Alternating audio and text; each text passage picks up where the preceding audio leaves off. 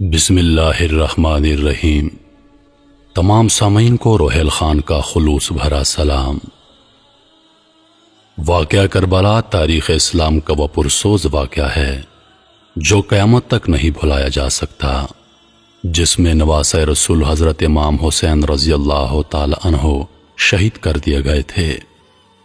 یزید خلیفہ کے مسند پر برجمان ہو چکا تھا اور اس کے لیے سب سے بڑا خطرہ اللہ اور اس کے رسول صلی اللہ علیہ وسلم اور دین اسلام پر ڈٹ جانے والے حضرت امام حسین رضی اللہ تعالی عنہ تھے، جنہوں نے اپنے نانا کے حق پر مر مٹنے اور اسے بچانے کی قسم کھا رکھی تھی۔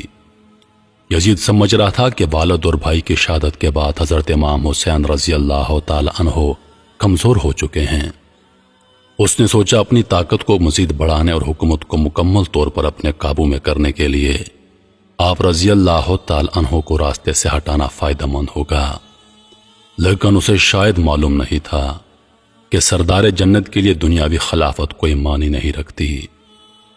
کوفہ والوں کے سینکڑوں خطوط حضرت امام حسین رضی اللہ تعالی عنہ کو موصول ہوئے، جن میں یزید اور ان کے اہلکاروں کے مظالم بیان کیے جاتے تھے اور دین اسلام کو درپیش خطرات سے آگاہ کیا جاتا تھا۔ ایک اطلاع آپ کو یہ بھی ملی کہ شراب نوشی عام ہو چکی ہے۔ اپنے والد امیر المومنین حضرت علی رضی اللہ تعالی عنہ کی جائے شہادت پر جانے اور اپنے لوگوں کی رہنمائی کے لیے آپ نے مدینہ سے کوفہ جانے کا فیصلہ کیا۔ چنانچہ 28 رجب سن 60 ہجری کو آپ اپنے 72 ساتھیوں کے ساتھ مدینہ سے کوفہ کی طرف روانہ ہوئے۔ براستہ مکہ حضرت امام حسین اپنے 18 اہل بیت اور 50 اصحاب کے ساتھ کربلا پہنچے۔ 8 ذی الحجہ کو آپ کو کوفہ والوں کی عیش شکنی کا اندازہ اس وقت ہو چکا تھا جب آپ نے اپنے چچا زاد بھائی مسلم بن عقیل کی شہادت کی خبر سنی، لیکن آپ نے اپنا سفر جاری رکھا۔ شاید آپ اپنے نانا حضرت محمد صلی اللہ علیہ وسلم کی اس پیشن گوئی کا انتظار کر رہے تھے جس کا ذکر حضرت محمد صلی اللہ علیہ وسلم نے اپنی زوجہ ام المومنین حضرت ام سلمہ سے کیا تھا۔ بخاری شریف کی روایت کے مطابق آپ نے ام سلمہ کو مٹی دی اور کہا تھا، یہ کربلا کی مٹی ہے، جب یہ سرخ ہو جائے تو سمجھ لینا میرے جگر کا گوشہ اور میرے گھر کا پھول حسین بن علی شہید کر دیا گیا ہے۔ حضرت امام حسین اپنے اہل بیت کے ہمراہ 2 محرم الحرام سن 61 ہجری کو کربلا پہنچے۔ بعض روایات میں آتا ہے کہ جب آپ کی سواری کربلا کے ریگستان میں پہنچی تو آپ کے گھوڑے پر ایک عجیب سی کیفیت طاری تھی، جس سے وہ یہاں سے آپ کو لے کر دور بھاگنا چاہتا ہو۔ آپ نے پوچھا یہ کون سا مقام ہے تو معلوم ہوا یہ سرزمین کربلا ہے۔ آپ نے ارشاد فرمایا، قافلوں کو یہاں روک دیا جائے، ہم یہیں پر قیام کریں گے۔ اصحاب نے آپ کے حکم کی تعمیل کی اور کربلا کے بنجر ریگستان میں خیمے لگا دیے گئے۔ آپ نے آسمان کی طرف دیکھ کر اللہ سے دعا کی، اے اللہ میرے نانا کی دین کی حفاظت فرما اور اسے زندہ اور آباد رکھ۔ آپ کو اطلاع مل چکی تھی کہ آپ کے چچا زاد بھائی حضرت مسلم بن عقیل، جن کو آپ نے اپنا سفیر بنا کر کوفہ بھیجا تھا کہ وہاں کے حالات معلوم کر کے آپ کو خبر دیں، ان کو انتہائی بے دردی کے ساتھ شہید کر دیا گیا ہے۔ کوفہ کے لوگ جو آپ کو بار بار خطوط بھیج رہے تھے، وہ کوفہ کے گورنر ابن زیاد کے خفیہ لالچ سے حضرت مسلم بن عقیل کو تنہا چھوڑ چکے تھے اور وہ کوفہ کی گلیوں سے بالکل ناواقف تھے۔ ابن زیاد کے ایک سپہ سالار نے ان کو امان کا وعدہ دے کر گرفتار کیا اور بعد میں انہیں کوفہ کے محل کی چھت سے دھکا دے کر شہید کر دیا۔ اپنے چچا زاد بھائی کی شہادت کا صدمہ اور کوفہ والوں کی بے وفائی کا افسوس آپ کو آگے بڑھنے پر مجبور کر رہا تھا، اور مقصد اتنا بڑا تھا کہ آپ پیچھے ہٹ نہیں سکتے تھے۔ حضرت امام حسین رضی اللہ تعالی عنہ کو کوفہ سے سینکڑوں خطوط موصول ہوئے۔ ان کے جواب میں آپ نے مسلم بن عقیل کے ہاتھ جو خط بھیجا، اس کے الفاظ کچھ یوں تھے۔ آپ نے فرمایا، میں اپنے خاندان کے سب سے بااعتماد چچا زاد بھائی کو آپ کی طرف بھیج رہا ہوں تاکہ وہ مجھے آپ لوگوں کے حالات سے آگاہ کرے۔ اگر اس نے مجھے یہ خبر دی کہ آپ لوگ وہی ہو جنہوں نے مجھے خطوط لکھے تو میں آپ کے ہاں آؤں گا۔ امام صرف وہ ہے جو کتاب خدا پر عمل پیرا ہو، عدل قائم کرے، دین حق پر یقین رکھتا ہو اور اپنے آپ کو خدا کے لیے وقف کر دے، لیکن افسوس سفیر حضرت امام حسین رضی اللہ تعالی عنہ حضرت مسلم بن عقیل کو شہید کر دیا گیا۔ خیمے لگ چکے تھے اور ترتیب کچھ یوں تھی کہ سب سے آگے پہلا خیمہ حضرت عباس کا تھا۔ حضرت عباس کا نام آتے ہی جو الفاظ ذہن میں آتے ہیں وہ ہیں وفا، سچائی، بہادری اور حق پر ڈٹ جانا۔ یہ ایسے شہید ہیں جو غازی کہلاتے ہیں۔ حضرت عباس حضرت علی رضی اللہ تعالی عنہ کی دوسری بیوی ام البنین سے ہیں۔ حضرت عباس علمدار کربلا کے میدان میں حضرت امام حسین کی فوج کے علمدار تھے۔ یزیدی فوج 3 محرم الحرام کو امام کی فوج کے راستے میں پڑاؤ ڈال چکی تھی، حالات کشیدگی کی طرف جا رہے تھے۔ حضرت امام حسین نے اپنے اصحاب اور اہل بیت کو اکٹھا کیا۔ آپ نے فرمایا، میں آپ سب لوگوں سے اپنی بیعت اٹھاتا ہوں، آپ آزاد ہیں، جانا چاہیں تو جا سکتے ہیں۔ سب نے کہا، ہم آپ پر جان نثار کریں گے، اپنے خون کے آخری قطرے تک دین حق کے لیے لڑیں گے۔ یزید کی بیعت کا مطلب تھا کہ اس کے تمام اقدامات کی توثیق جس کا دین اسلام متحمل نہیں ہو سکتا، لہذا آپ کے پاس 2 راستے تھے، یا واپس چلے جائیں یا حق پر رہتے ہوئے جنگ لڑیں۔ لیکن معلوم ہوا کہ واپسی کا راستہ یزیدی فوج بند کر چکی ہے، اب صرف جنگ تھی یا یزید کے ہاتھ پر بیعت۔ ابن زیاد قاضی کوفہ سے حضرت امام حسین کو باغی کہلوا کر قتل کا فتویٰ لے چکا تھا، اور اس نے مزید فوج کربلا روانہ کر دی تھی تاکہ یزید کی خوشنودی حاصل کر سکے۔ روایات کے مطابق حضرت امام حسین کے 72 افراد کے مقابلے میں ابن زیاد نے 4 محرم سن 61 ہجری کو بہت بڑی فوج کا لشکر لے کر کوفہ سے روانہ ہو گیا۔ حضرت امام حسین کے ساتھ یزیدی فوج کے مذاکرات جاری تھے۔ 7 محرم الحرام کو یزیدی فوج نے طاقت کے نشے میں مست ہو کر حضرت امام حسین کو پیغام بھیجا، آپ اپنے خیمے پانی کے قریب سے اٹھا لیں، اور راستے میں یزیدی فوج کو بٹھا دیا گیا۔ امام نے پانی بند کرنے کا یہ ظلم اس لیے برداشت کر لیا کہ کہیں بعد میں لوگ یہ نہ کہیں کہ حضرت امام حسین اور یزیدی فوج میں تنازع پانی کا تھا اور جس پر لڑائی ہوئی۔ آپ نے ظلم برداشت کیا اور اپنے اصحاب کے ساتھ خیموں کو پانی سے دور لے گئے۔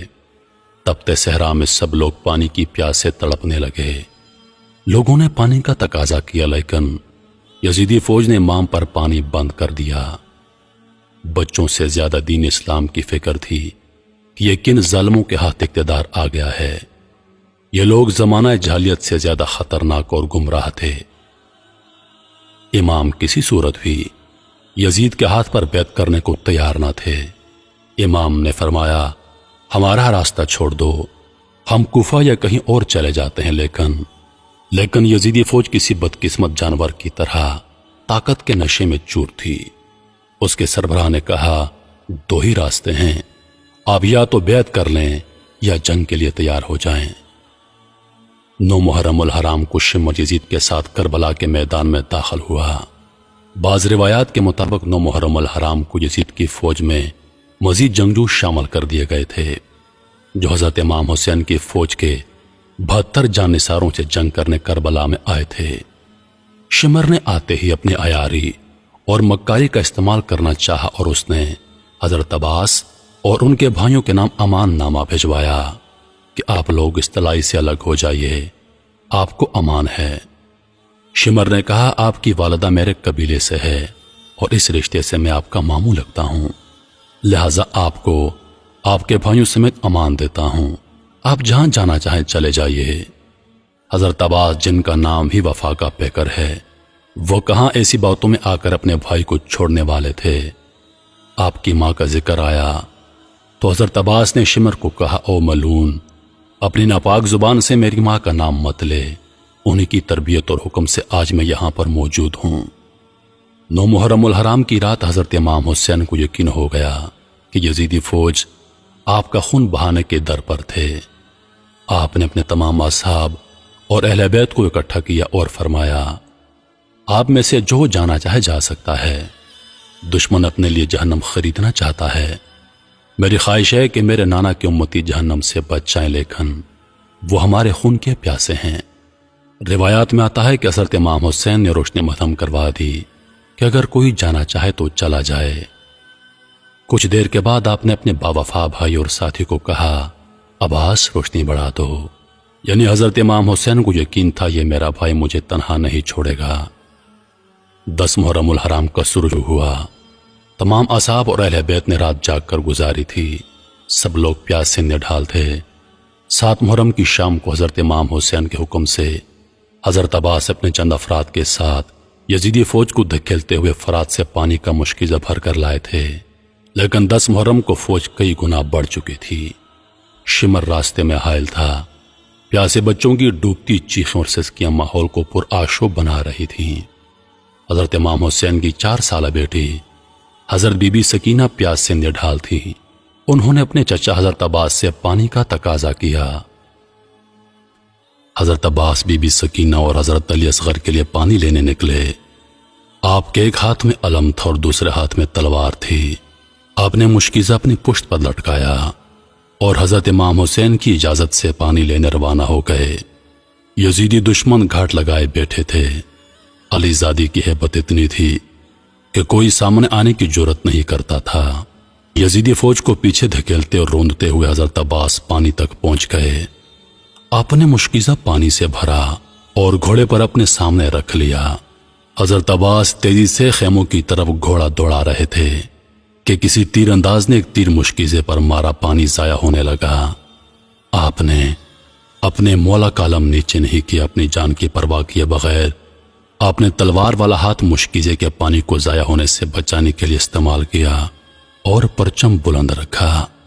تلوار ہاتھ میں نہ ہونے کا فائدہ اٹھاتے ہوئے ایک یزیدی سپاہی نے جو درخت کی اوڑ میں چھپا ہوا تھا تلوار سے ایک زوردار وار کیا اور جس ہاتھ میں علم تھا وہ بازو شہید کر دیا۔ حضرت عباس نے درد کی شدت کے باوجود علم دوسرے ہاتھ میں تھام لیا۔ چند تیر اور مشکیزے پر لگے پانی تیزی کے ساتھ ضائع ہونے لگا۔ اسی اثنا میں آپ کا دوسرا بازو بھی شہید کر دیا گیا۔ علی زادے کو بے دردی سے زخمی کر دیا گیا تھا اور آپ کے دونوں بازو شہید ہو چکے تھے، لیکن آپ ابھی زندہ تھے۔ شاید اسی نسبت سے آپ کو غازی کا لقب دیا جاتا ہے۔ ایک بدبخت نے پیچھے سے آپ کے سر مبارک پر برچھی کی ضرب لگائی اور آپ شہید ہو گئے۔ ایک ایک کر کے تمام جانثار آپ پر جانیں قربان کر رہے تھے۔ حضرت امام حسین ان ظالموں کو آخر تک یہی ترغیب دیتے رہے کہ اے ظالموں، کیوں اپنے لیے جہنم خریدتے ہو، مگر آپ کی ایک نہ مانی گئی اور ایک ایک کر کے آپ کے سبھی ساتھیوں کو شہید کیا جا رہا تھا۔ بالآخر آپ لڑنے کے لیے کربلا کے میدان میں اترے اور یزیدی فوج کی صفیں الٹ دیں۔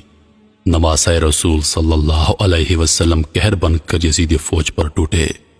10 محرم الحرام عصر کی نماز کا وقت ہوا۔ آپ گھوڑے پر سے اترے، ریت سے تیمم کیا اور نماز کے لیے کھڑے ہو گئے۔ یزیدی فوج کے بزدل سپاہی جو قریب ہی منڈلا رہے تھے اور حملہ کرنے کی جرت نہیں کرتے تھے، حضرت امام حسین رضی اللہ تعالی عنہ کے نماز میں مصروف ہونے کی وجہ سے آپ پر حملہ کرنے کی جرت جتا پائے اور چاروں طرف سے آپ پر تیروں کی برسات کر دی۔ نماز میں مصروف ہونے کی وجہ سے حضرت امام حسین کو تیروں کی تکلیف کا اندازہ نہیں تھا۔ یزیدی بدبختوں کو شاید معلوم نہیں تھا کہ یہ علی زادہ ہے، اور حضرت علی بھی نماز میں مشغول ہوتے تو اس قدر خدا کی یاد میں ڈوب جاتے کہ تکلیف کا اندازہ نہیں ہوتا تھا۔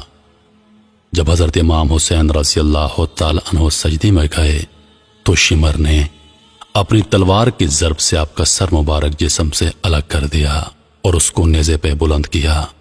حضرت زینب رضی اللہ تعالی عنہا یہ سارا منظر دیکھ رہی تھیں۔